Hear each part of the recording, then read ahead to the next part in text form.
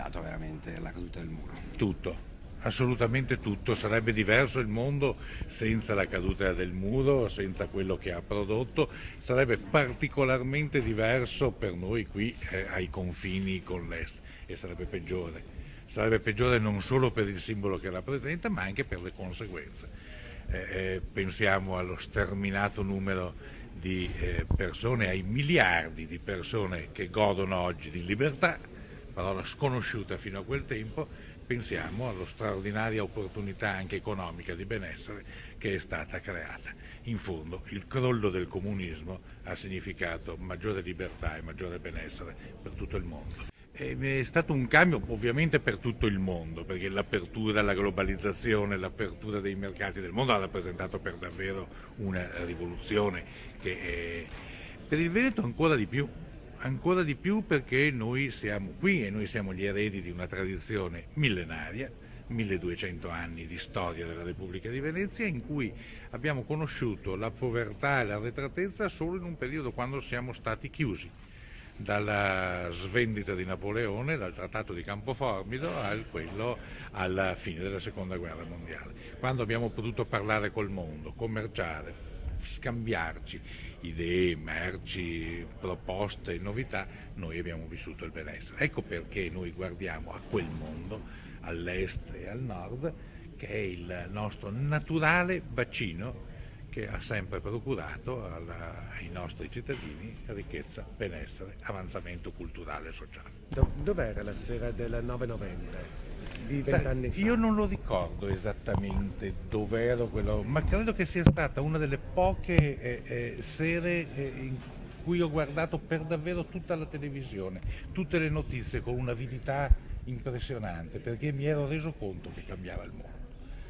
E stavo lì e cambiava nella direzione che io desideravo.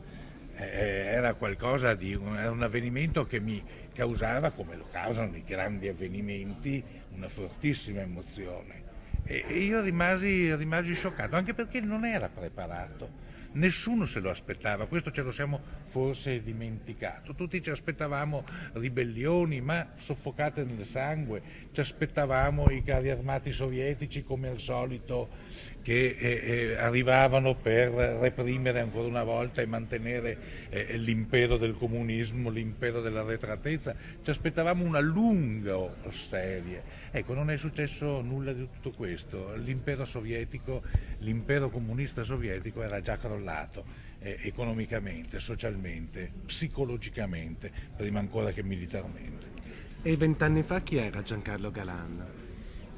Era un giovane liberale, non più tanto giovane perché ahimè avevo già i miei 30 anni, ma era un liberale come sempre, come ero 15 anni prima e come sarei stato 20 anni dopo, che guardava il mondo, che non si occupava di politica, ma guardava il mondo con grande interesse, soprattutto al mondo libero e al mondo dell'est, che io ho sempre frequentato anche quando era difficile persino passare il confine con la Jugoslavia, ma anche solo l'arretratezza della Jugoslavia rispetto al mio Veneto mi faceva pensare.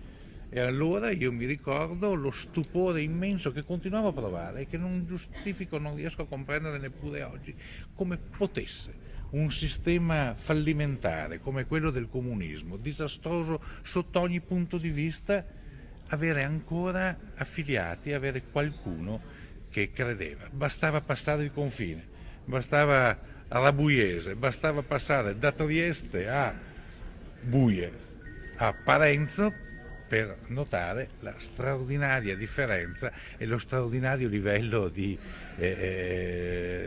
vita così elevato qui e così tragico in Jugoslavia. Bastava andare a visitare un supermercato e se qualcuno avesse ancora dei dubbi può ancora farlo, è un po' più lunga, però c'è qualche isola in cui il comunismo regge. Basta andare a vedere un supermercato a Cuba, basta andare a vedere la condizione delle donne a Cuba. Ecco, io ho detto a tutti andate una volta al Checkpoint Charlie, dove si vede cos'era disposto a fare un uomo o una donna per la libertà.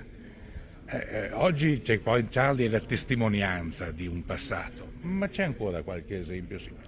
andate a vedere cosa sono costrette a fare delle donne in un luogo come Cuba, che qualcuno mentendo, sapendo di mentire, ancora descrive come un luogo di felicità e di libertà. Andate.